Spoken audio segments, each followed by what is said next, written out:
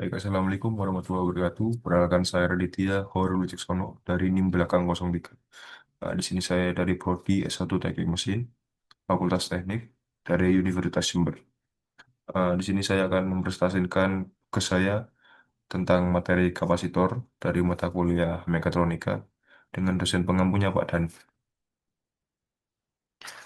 Tujuan presentasi saya menjelaskan pengertian kapasitor, memahami fungsi kapasitor dalam rangkaian, mengenal jenis-jenis kapasitor, persamaan dasar kapasitor, dan contoh soalnya.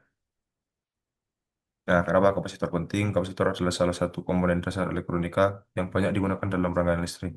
Nah, memiliki peran penting sebagai penyebab energi, jaring sinyal, hingga stabilkan tegangan. Nah, untuk pemahaman tentang kapasitor membantu dalam merancang dan menganalisis kelistrikan serta perangkat elektronik modern. Oke, definisi resistor sendiri itu adalah komponen elektronika yang berfungsi menyimpan energi dalam bentuk muatan listrik serta membantu menstabilkan tegangan pada rangkaian. Untuk konsep dasarnya sendiri terdiri dari dua plat konduktor, konduktor, plat logam, yang dipisahkan bahan dieelektrik. Nah, ini. Biasanya dieelektrik bersifat isolator, bekerja dengan cara menyimpan dan melepaskan muatan sesuai kebutuhan rangkaian. Nah, ini prinsip kapasitor sendiri.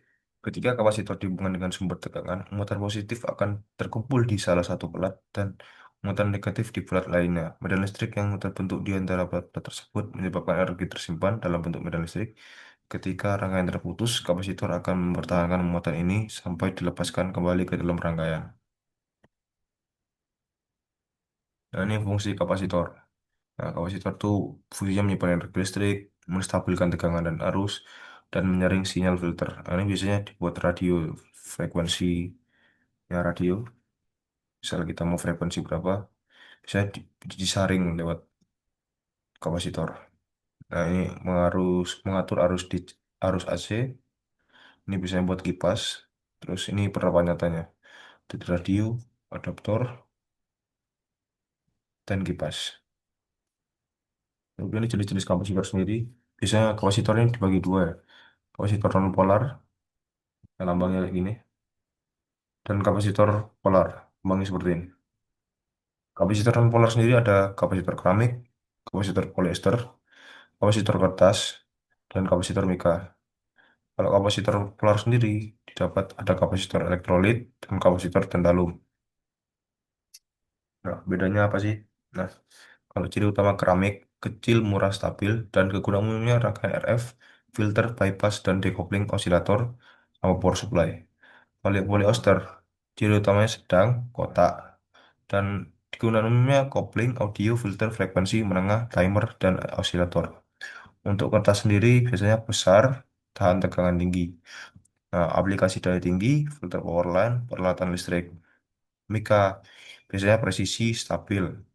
Rangkaian presisi, RF, pemancar penerima radio, dan osilator. Juga instrumen ukur. Kalau elektrolit sendiri, saya nilai kapasitansinya besar. Biasanya dibuat untuk power supply, amplifier, inverter, dan elektronik daya. Nah, di sini terakhir tantalum. Biasanya kecil dan stabil. Perangkat portable, biasanya buat laptop, kamera, rangkaian daya, dan decoupling. Nah, di sini saya akan menjelaskan formula triangle ya. Nah, Q itu adalah muatan listrik, yang satuannya kolom, C itu kapasitansi, yang satuannya farad, dan V tegangan atau beda potensial. Jadi biasanya satuannya volt. Bisa dilihat rumusnya. I bisa didapatkan dari kapasitansi dikali tegangan. Kalau kapasitansi bisa didapatkan dari muatan listrik dibagi tegangan.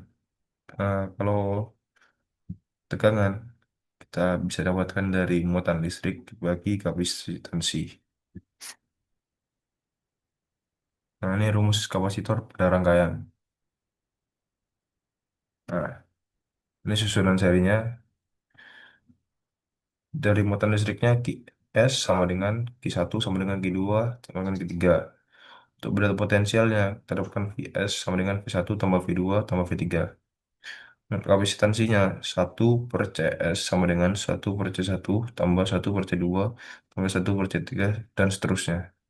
Ini berbanding terbalik sama rumus pada resistor ya. Jadi kalau susunan seri itu dibagi susunan paralel ditambah. Kalau resistor kan sebaliknya.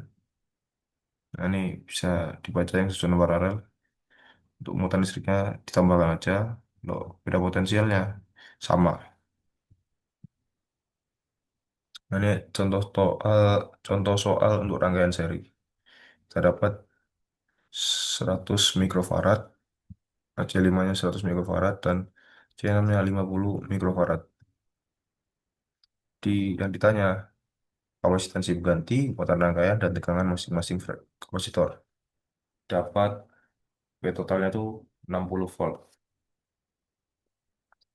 Oke, kapasitan ganti, kita masukkan rumus dan data-datanya, didapatkan 25 mikrofarad. Dan yang B, muatan rangkaian, kita masukkan rumus dan data-datanya, 25 mikrofarad itu dari kapasitansi tadi, kapasitansi dikali tegangan, didapatkan 1500 mikrokolom. Nah, untuk mencari tegangan masing-masing resist kapasitor, kita dapat Q muatan dibagi C. Jadi muatannya tadi kan 1500 dibagi 100. 100 ini dari ini, dari kapasitansinya. Jadi dapat 15 volt, yang V5 dapat 15 volt, yang C6 dapat 30 volt. Nah, totalnya saja jadi 60 volt. Oke, yang rangkaian paralel, ini kita dapat ada C1-nya 1 milifarad, C2-nya 1 milifarad, dan C3-nya 200 mikrofarad. Nah, pertanyaan sama kayak tadi. Nah, kapasitas penggantinya kita masukkan rumus, kita tambahkan semua, kita dapat tadi. Kita dapat 2,2 milifarad.